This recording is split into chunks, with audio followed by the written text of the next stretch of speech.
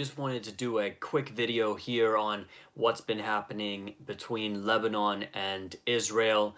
For a lot of people, they have found the entire situation a bit difficult to understand, and so I want to break it down as best as possible. As somebody who has been following this, of course, give a little bit of analysis and also, of course, I have sources inside of Lebanon and also Syria, and so I can offer a few different things that people wouldn't have known about the situation. So firstly, I want to just start this off by adding some context as to what happened today, and then I'll get into what happened, break it down, and talk about that a little bit. Firstly, what happened today, of course, with the bombardment of southern Lebanon is not the first event, of its kind recently. Now, Israel in the past few weeks has been bombarding Syria.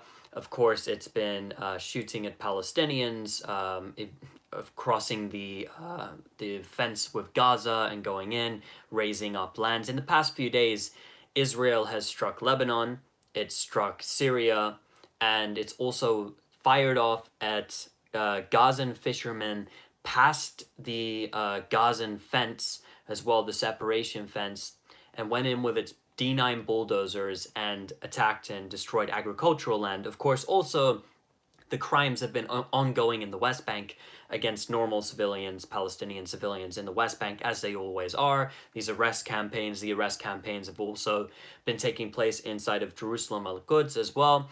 And of course, the ongoing ethnic cleansing of Palestinians from the Negev or al-Naqab has been ongoing. Just to give you a little bit of, information on this, last year, 2,200 Palestinian homes in the Al-Naqab, which is inside of what is internationally recognized as Israel, were destroyed. Not many people know about this. So now on to what's been happening between Hezbollah and Israel, what's been happening between Lebanon and Israel. This entire scenario, of course, the mainstream media is never going to tell you how this started, why this started, or point out any of the illegal aspects of what Israel has been doing. Last Monday, late at night, Israel launched a number of airstrikes against Syria. Their targets were weapons depots belonging to basically ready to transfer over to Hezbollah. They also struck some of these Pantsir air defense units. They ended up injuring 7 Syrian soldiers. One of these soldiers had both of his legs amputated. Another one of the soldiers which was injured was severely burned. Now, you won't hear this, by the way, on the mainstream media, and you won't hear this really anywhere else. This is information which I've got from my sources in Syria. And whilst they were conducting this attack, they also struck the Damascus International Airport, killing a member of Lebanese Hezbollah. The member's name was Ali Mohsen. Now, after the killing of Ali Mohsen, inside of Syria, which is its own sovereign country, Israel violated the sovereignty of Syria, launched airstrikes against Syrian government targets, hitting the international Damascus, which is the capital, international airport, killing a member of Lebanese Hezbollah. It does not matter. Under international law, it does not matter what group you are a member of. You do not have the right to just go on and kill that person, being the judge, jury, and executioner of that person, especially when that person is in foreign territory. That's an act of war. That's illegal. Now, the United Nations said absolutely nothing about those illegal strikes last Monday. It also said absolutely nothing a few days ago when Israel yet again struck Syria, this time hit Free Syrian government positions, in what Israel called a response to Syrian air defense addressing an Israeli reconnaissance plane entering Syrian territory. So basically what happened is the Syrian air defenses just a few days ago, addressed an incoming Israeli reconnaissance plane. The munitions fell near the border. Mind you, really it's not a real border, is it? Because the Golan, the Golan Heights as it's called, is actually part of Syria, internationally recognized as such, other than by the Trump administration and Israel. All the past US administrations as well didn't say anything on this matter, okay? And would not comment, all right? This is recognized as Syrian land. So the munitions fell. Israel, there was contradictory reports about munitions, falling and hitting things. They said the munition fell on the Syrian side of the border, and it ended up, the munition exploded and hit something on the Israeli side. Nevertheless, they violated Syrian airspace. Syrian air defense responded to a hostile enemy aircraft, and Israel gets to respond to that. You don't get to respond to that, okay? That happened. Of course, there was the 2 US F-15s, which harassed multiple times an Iranian civilian airliner, which was on its way to Beirut in Lebanon, okay? Injuring a number of people and almost bringing the plane out of the sky. This wasn't addressed by the United Nations. And neither will you see massive condemnation from the United Nations of just within the space of 2 days, there were about 25 violations, approximately, of Lebanese airspace and Lebanese waters by Israel within the space of 2 days. Or the strikes that happened today on Lebanon, on southern Lebanon. And one of the shells that in the shelling of southern Lebanon today, one of the shells fell in a civilian home. Okay? You won't see any condemnation of this. There won't be any. There's no UN Security Council meeting which is called over Syria being hit. And of course, the context is that Hezbollah are going to respond in the future to, and announce that they would respond to their members being killed inside of Syria by Israel in illegal strikes, okay? These are illegal strikes.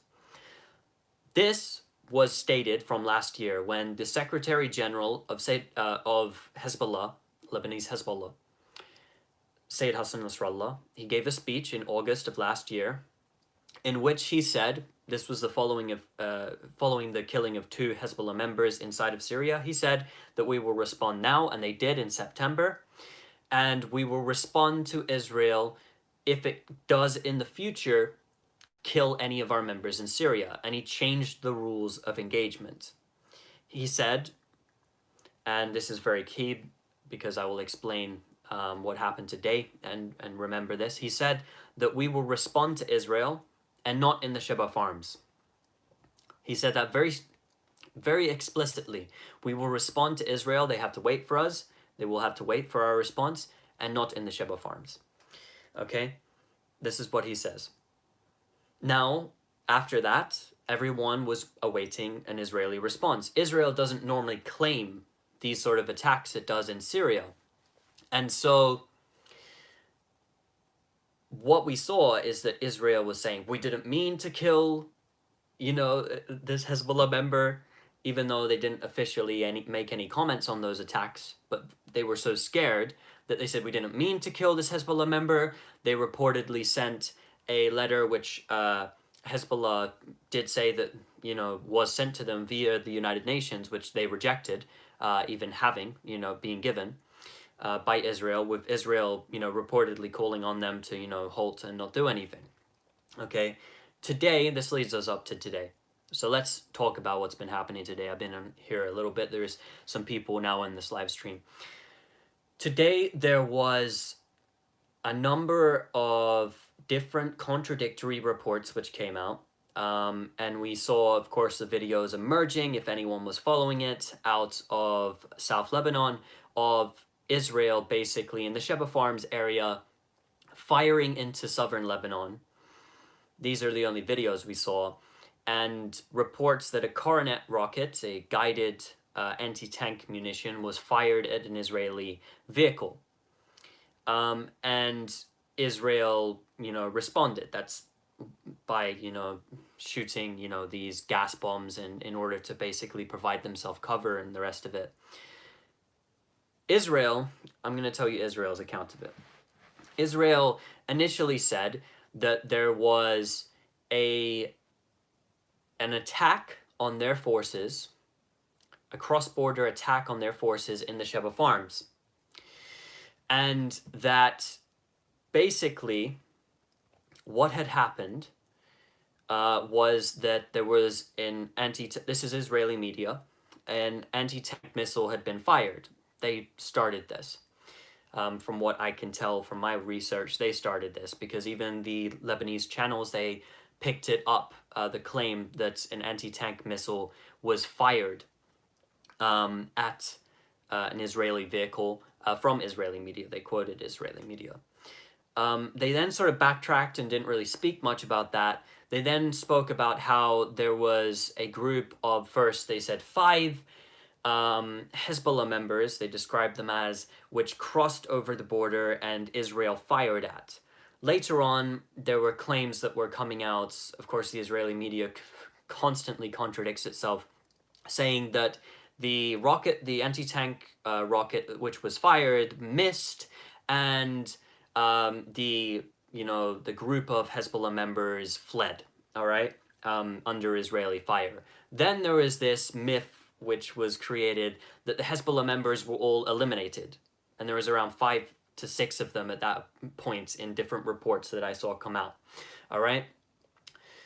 Then later on, they said that they dropped the whole attack thing on on a Merkava tank, and they just started talking about this cross-border team of Hezbollah members who crossed into the Sheba Farms reportedly to commit an attack. So basically what happened with this is then they went on to say that 3 to 4, the army eventually came out, the Israeli military eventually came out and said that 3 to 4 Hezbollah members were fired upon before they could carry out their operation, and that basically the operation was thwarted, and these militants, they didn't know the health of them at this time. After the Israeli media saying that they'd all been killed and everybody's celebrating, the military then says, we don't know the health, we fired upon them, and then there were contradictory reports coming out about Hezbollah members being injured and all the rest of this. And then Hezbollah actually commented on this a few hours later, and they said that we were not involved in any operation whatsoever. When this initially happened, I was telling all of my sources and the people I was speaking to, I was telling them either this attack is not it, there's something else coming, or they didn't do this. This is some other group, because at that time I was assuming that these reports were somewhat correct. Now we don't know. And so I sort of got the vibe of that because of what Sayyid Hassan Nasrallah said in his speech last year, and when he says something, he means it. This is the general gist of things. Like, if you have been following the politics in this region, you know that when Sayyid Hassan Nasrallah speaks and he says he will do something, normally Hezbollah follows up on this, and so Israel always listens to this. And so he said specifically that they would not attack in the Sheba Farms. Now, Israel basically then came out in response to Hezbollah saying not only that they had no involvement in anything, not only that the Israelis were the ones to fire and the Lebanese did not fire into their territory, in fact it was just Israelis firing into South Lebanon, that they will not ignore the attacks on South Lebanon, they will not go unanswered, and they will not ignore the attack on the civilian house which was hit by Israeli munitions. And so Israel, through lying and contradicting itself every 5 seconds with their media and also their military as well, and putting out all these contradictory statements like they always do in these circumstances. And if you've been following this, you know, just a few years, you'd be able to tell when these sort of events happen that this is constantly what comes out. Israel contradicts itself every 5 seconds. All the different media channels contradict each other. Different army sources and different statements made by the army or ministers will contradict each other. So what did Netanyahu do in this situation, the prime minister? Netanyahu reportedly silenced the Northern Command and told them, okay, don't comment on this. The IDF released this official thing saying they thwarted the attack. And this was, of course, before Hezbollah came out and said, no, we had nothing to do with this. Then there was all this talk about how Israel has the evidence, right? Israel has the evidence that something happened and there was an attack. And so we were waiting for both Benny Gantz, who's the defense minister or minister of war, and Netanyahu, the prime minister, to come out with their speeches. And they did. They gave their addresses, and they provided absolutely no evidence. And basically they said that they hold Hezbollah and Lebanon accountable for this. And so somehow, when you have absolutely presented no evidence that there is even an attack, at this point, it literally looks like one of two things happened. Some people were basically trying to troll Israel and try and provoke them to do something by scaring them in some way, or nothing happened and Israel freaked out. Or the third option, Israel is trying to basically create this whole image that, you know, it did something and it addressed the attack and it had thwarted the attack and basically present a victory to its people. But even, for instance, the military analyst, one of the military analysts at Haaretz, the Israeli newspaper, was saying that this is horrific, the way that the military has dealt with this under the leadership of Netanyahu, and basically said, how can you claim to be, you know, the top military in the Middle East when you're behaving like this in such a circumstance? And so basically the situation we're left with now is that there's no evidence that Hezbollah did anything whatsoever. There's no evidence that any Lebanese group did anything. Some people are alleging that Palestinian groups maybe did something. But there's no evidence of that. There's no evidence anything happened whatsoever. Okay? But there are allegations, of course, that Palestinian groups perhaps did something in the area. Regardless, it looks like Hezbollah didn't do anything, by the looks of it right now, and Israel lied. And so Netanyahu and Benny Gantz basically threatened Hezbollah, because Hezbollah have said now, Lebanese Hezbollah have officially said on record that they will, their response is still coming to the illegal murder of Ali Mohsen inside of Syria, and also that they will not remain silent and they will not let it pass by that southern Lebanon was hit. So basically they've got a double whammy now on their hands. You know, everyone's expecting that there's going to be more than the initial strikes which would have happened against Israeli forces in order to avenge the death of, and this is basically the new rules that have been presented by Hezbollah. And this is the only way, you know, strategically as well, that you will prevent Israel from conducting these sorts of strikes. Because if Israel has nothing to pay, there's no price to pay for it striking Syria, then it's not going to think twice. It's just going to strike Syria. I mean, it doesn't get anything achieved, even if it hits, you know, light arms, like it's done a number of times, which were going to be transported to Lebanese Hezbollah at some times. These light arms are nothing. They're constant. They're all over the place, and they can transport them whenever. And they do nothing on the ground. Like, they've not changed anything whatsoever with these airstrikes. They're just basically, it's like placebo effect sort of things, you know. It's like popping a placebo pill for them, and it's good for their PR. Oh, we struck them, we did this, we're fighting Iran, so they can push that propaganda when they've done absolutely nothing to stop Iran inside of Syria, which is actually legally invited into Syria, by the way, as well. And so the situation that we have at the moment is that Israel has got itself into deeper water, and the response from Hezbollah has not officially come yet. Nothing's came. and Israel is already making itself look like basically it has no credibility. And this is the way that it should look, because every time something like this happens, the same thing you will see with the Israeli media. It was the same thing last time in September of last year. First, they were saying there was certain reports coming out that, oh, Hezbollah, Hezbollah didn't hit anyone, they didn't hit anything, there was no vehicle struck, there was no vehicle attacked, there was an attack on the base, but all the troops withdrew and everyone was fine. And then they were saying, oh, well, no, there was an attack, but all our people are fine. And there was all these videos which came out of basically troops being transported into helicopters and stuff like that, who looked like they were injured. And so Israel said this was a drill and no people were injured. And then there were reports of possible injuries. And there was all these different reports which came out about what had happened in this scenario. And then Hezbollah released a video of them hitting a vehicle, right? And it clearly hit, right? It hit right there next to it. And, it's not going to make no impact on it.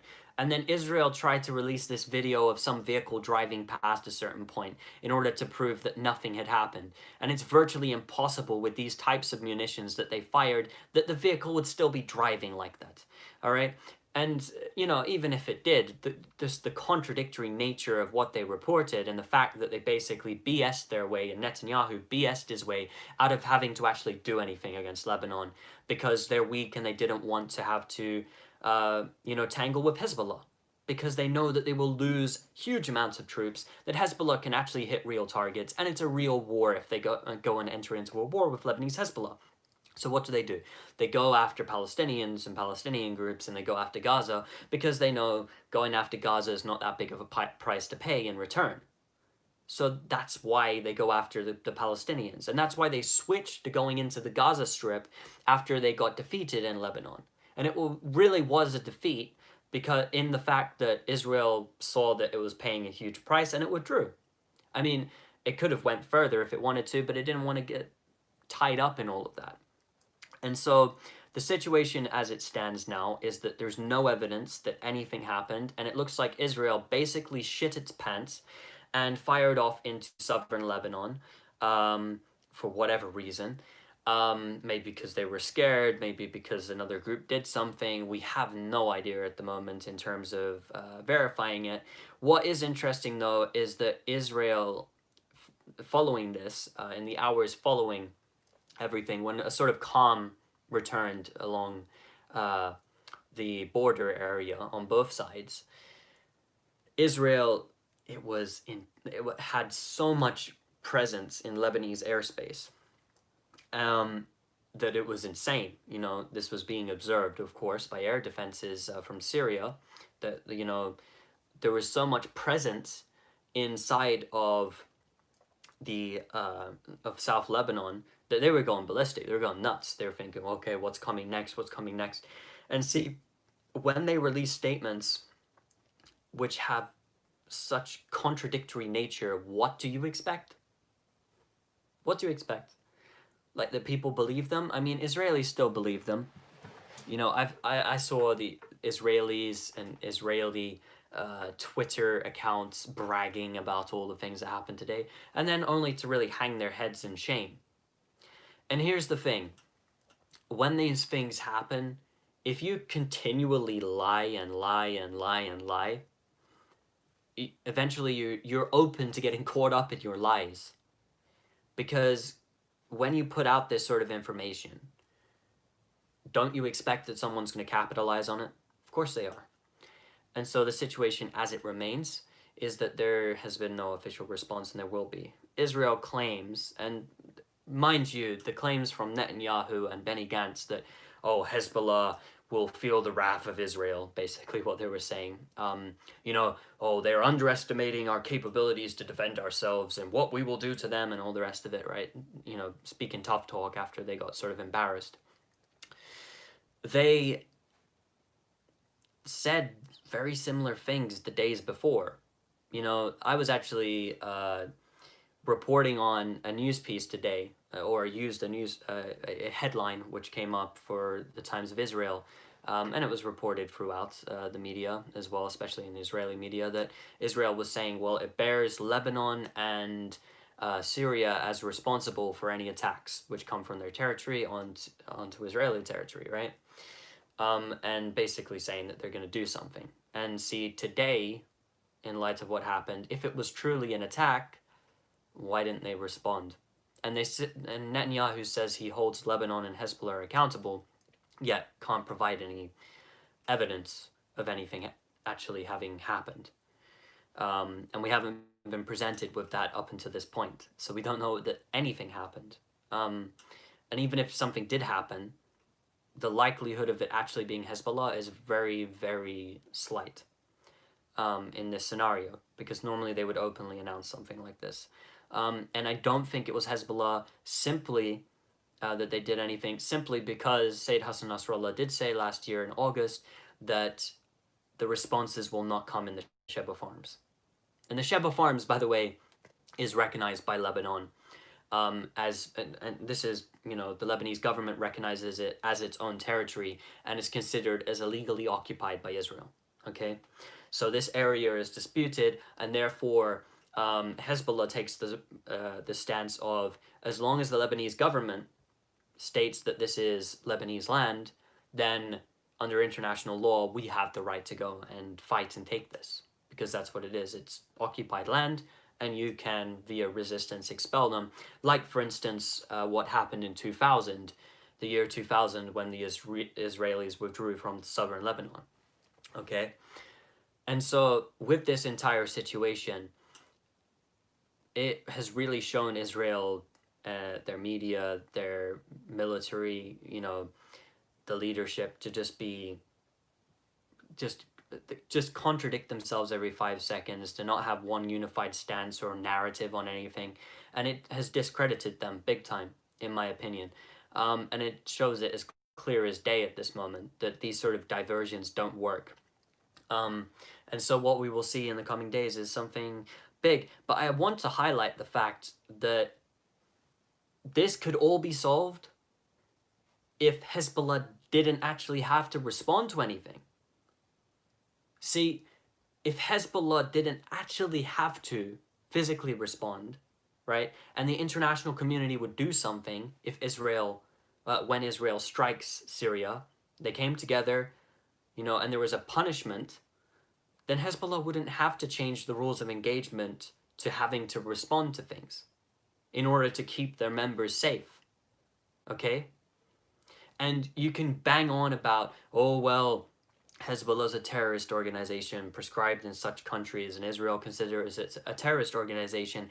Again, you do not have the right, no matter what group they are from, under international law, to just kill someone in a foreign country or foreign territory, like Israel routinely does with these targeted assassinations, as they call them, right?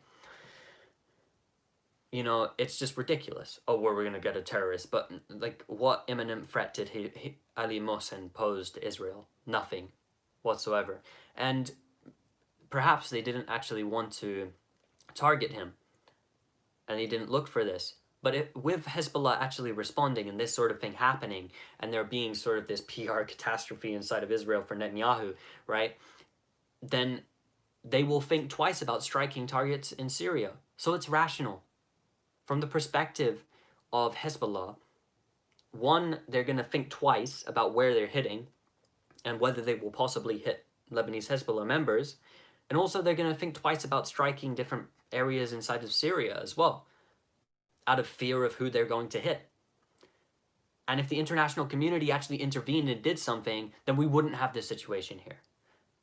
Could you imagine for 1 second, right? Just imagine that any group from any single one of those neighboring countries, right, whether it be the collaborators in Jordan or Egypt, right, that they fired into targets and killed, I don't know, US troops inside of Israel, or that today there was shellings, just random shellings for no reason, right, and constant violations of Israeli airspace and Israeli waters for no reason, with no justification.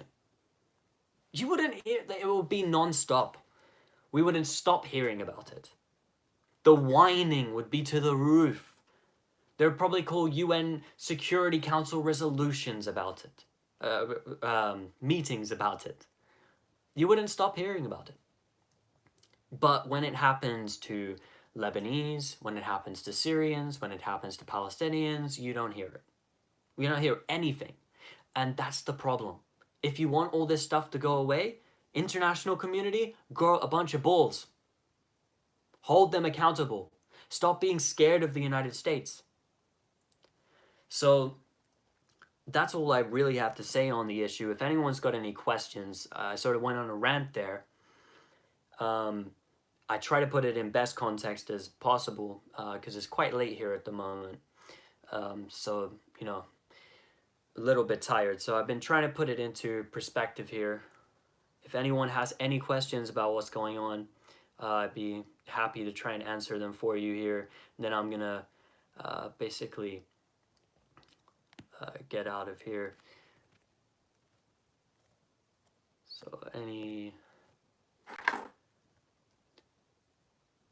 So basically, we're waiting for the situation to develop. I will be covering that in depth. And thanks to everybody who's been on here today. Soon, the second part of my documentary series, which is called The Steal of the Century, will be released. That's filmed in occupied Palestine. That will be released on Friday, and I should have it up here as well for free on YouTube soon enough as well. Someone in the comments section is saying, why do you support Palestine? Because I care about human rights, and I care about, you know, basically if any government in any place, anywhere is enforcing an apartheid state, ethnically cleansing people, killing them, attacking every single one of their neighbors, stirring mischief around the world, claiming that it's some sort of democracy with some sort of liberal values, and is closely aligned to the United States, which is also committing all of these horrendous crimes around the world, then if you don't stand up for the Palestinians who are on the receiving end of all the horrible policies of Israel and the United States in the region, then, you know, if you know about it and you stay silent, or you don't at least, you know, disagree with what Israel is doing, I just don't believe you either have to be a racist or just in general a horrible person if you actually know about what's going on, or you just have to be completely brainwashed. And so that's why I support Palestine in a nutshell. I'm not really going to go into anything else on why I support Palestine.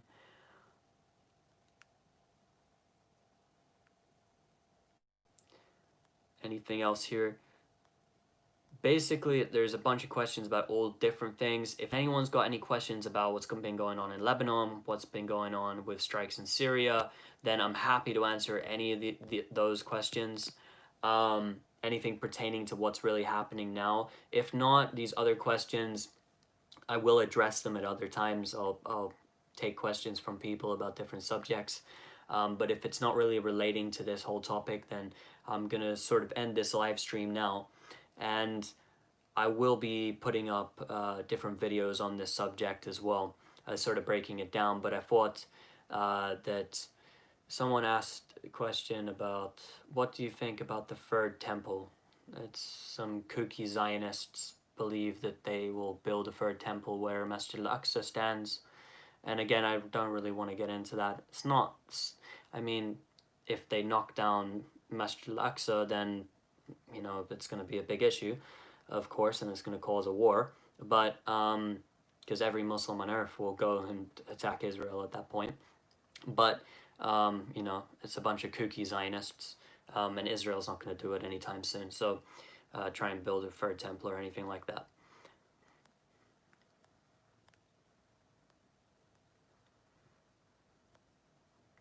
Someone says in here, AAA says, what outlets can we check for news like this? All the news sites that I sort of follow, either to check what the Israelis are saying, I check the Israeli media across the board, and also Arabic media, so you can translate it. So Al Mayadeen is good. Al Mayadeen, TV is good for anything on Lebanon if you want the Lebanese side of it. Al Mayadeen, Al Manar, all these like Lebanese media in general. Go and check across the board on Lebanese media, because, and of course then Lebanese officials, what they're saying, Lebanese groups, what they're saying, and so check them out. In English, I basically post up everything which is relevant and all that on my Twitter, and you know someone saying, what about Press TV or Farce News?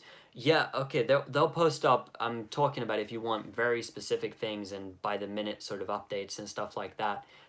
Press TV definitely updates, so you check the Press TV website and they'll give updates. If you want this sort of information that I'm giving you now, I have my sources inside of Lebanon and inside of Syria and inside of Palestine. And when it comes to checking the Israeli side of things, I check the Israeli media. So I sort of check media across the board, speak to contacts, and try and bring you what I've sort of the picture that I've painted with everything that I have. And so that's the purpose of these videos, these live streams that I'll make on like this. Nothing much prepared. And I just want to try and bring to you my thoughts on what's happened today, what we have evidence for, what we don't have evidence for, and what I've concluded out of what's happened today. Because of course the situation is still developing. At any time there could be the responses from Hezbollah coming against Israel, and when that happens, and when I get the information actually come in, then I will be coming back on here giving you an entire account of everything that's happened, all the context behind it. Today I just wanted to get on here, talk about it, sort of document this moment and my thoughts at this moment as well, and just let everybody know where it's really at. Someone says, is Israel gonna win? In terms of a war with Hezbollah? I mean, how can they win? I mean, this is one more thing I'm going to address. I'm going to get out of here, just because it's a bit late where I'm at. Israel, unless it drops nuclear bombs or just completely destroys all of Lebanon, or it tries via proxies to basically create a civil war within Lebanon, which is possible. This is a possible strategy. They could try and create a civil war inside of Lebanon in order to deal a damaging blow to Hezbollah. And Lebanon in general. I mean, Lebanon right now is heading towards a 75% unemployment rate. 3 years ago, Lebanon was fine. It was a wonderful tourist destination, and now people are eating out of the trash. Hospitals are closing. The situation's, it's horrible, okay? And this is partly to do with Lebanese mismanagement, okay? Sectarianism, all the different problems that happen, corruption inside of Lebanon. But the thing that has created the situation right now, of course, is the banks, the businessmen from foreign countries, and US pressure. And it's a concerted campaign to destroy Lebanon. Okay, and it's basically, all of this compounded. And so if there's a war, and I want to be very clear, if there's a war, you will see very similar to what you saw before, in my opinion. Lebanese Hezbollah, again, its positions are underground. I've explained this in the past. Its positions are underground. Its positions are hidden. It doesn't operate like a conventional military, okay? You don't just have these, military positions you can hit of Hezbollah like you can hit a conventional military, okay? So with Israel now, all right, we're talking about what Hezbollah can hit now. In 2006, it did not have the weapons that it has now. Hezbollah, if it wants to now, can hit anywhere in Israel, and it can target specific areas if it likes to, with better weapons, which can do a lot of damage, okay? So the carnage which you saw in 2006 against the Lebanese civilian population, killing over 1,000 people, you will likely see this sort of carnage. If Hezbollah wanted it, you could see this sort of carnage in Israeli cities too, okay? But militarily, one, on the ground, the Israelis will never win on the ground. They can't. And two, where are they going to strike? Because look, the Israelis don't like to use their ground force. And when they do, they get beaten, you know, all of these different, you know, divisions get, you know, infiltrated, soldiers get taken and kidnapped, and they hate that. It's terrible for them.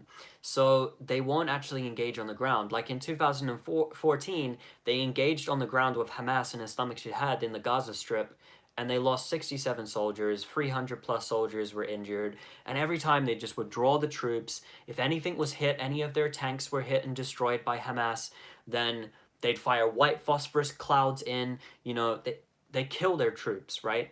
If they fear that those troops that have just been hit, the bodies could be taken even, they'll make sure that they're dead. They'll double tap the area to make sure everyone's dead in the entire area and nobody reaches those troops.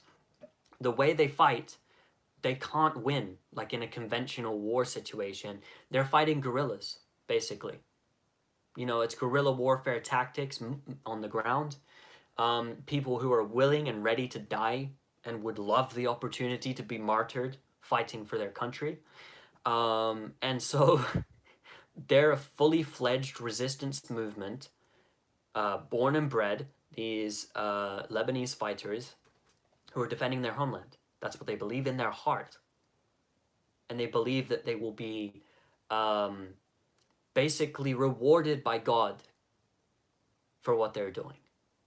You're not going to defeat them on the ground. And again, Israel just hits, you know, civilian areas. That's all it really can do. It might be able to target a few Hezbollah members if it has any intel here or there. Might be able to target some sites, but really its intel is terrible, okay? Let me tell you about this. In terms of it destroying all these Hezbollah targets, inside of Gaza, they've had so many spies, okay?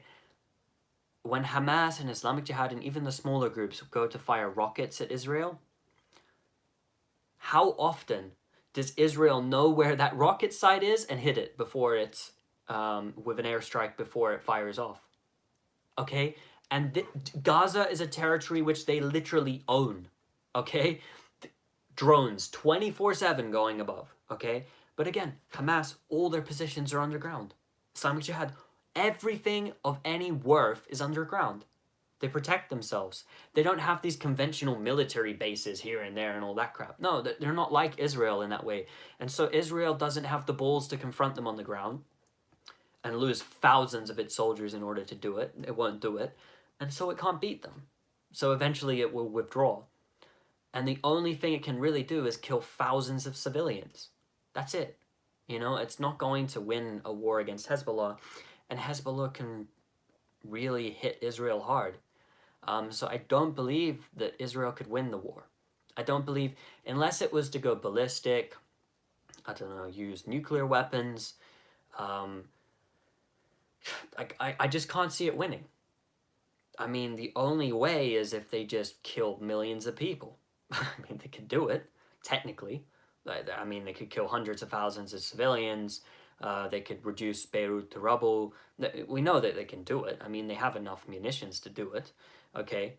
But what they're going to get in response as well is that Tel Aviv will be reduced to rubble too. And they know that. Because if you're going down, you're going to bring them down with you. So both sides will just be completely flattened. I mean, they're not going to do that. They're not that dumb, in my opinion. You know, they can act very stupidly like we saw today. Very stupid actions on the part of the Israelis. But I don't believe they're that stupid. So that's my piece on that. I don't believe that Israel can win a war against Hezbollah. And that's why it hasn't entered into a war with Hezbollah since 2006. Because if it could defeat Hezbollah, it would.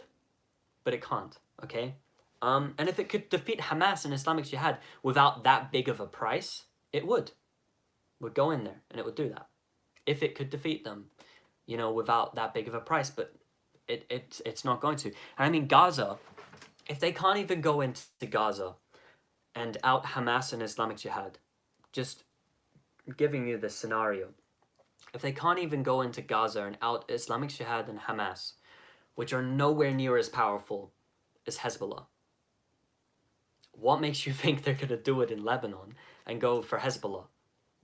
And also on top of that, what's to say that if they go after Lebanon, that groups inside of Syria aren't going to fire again, that the Iraqi forces aren't going to come, that the Gaza Strip isn't going to fire off, that Palestinians in the West Bank aren't going to start doing operations? You know, everyone's going to pile in. Very likely, anyway, that would happen. So I don't believe that they would go in such a manner to defeat Hezbollah. There might be battles. I can very much foresee battles, them trying to create a civil war situation inside of Lebanon, but I cannot see them going in with the sole aim of destroying Hezbollah. They can't do it. I just don't believe that they will do it. I don't believe that they can actually do it. I don't believe that they're willing to pay the price. I just don't think they can. Anyway, I'm gonna sign off now. Sorry if I didn't get to answer any more questions, and next time I will answer more questions, but I basically wanted to just add my thoughts, like I said a few times on here now. Just a rough recording, nothing really prepared here, and just sort of put this on record for people and help you understand the situation if you didn't already know what's going on, and also offer my perspective and analysis for what it's worth to everyone on here. So salam, peace to everybody on here. Let's hope that everything goes down in a good way, inshallah, and that everything goes well.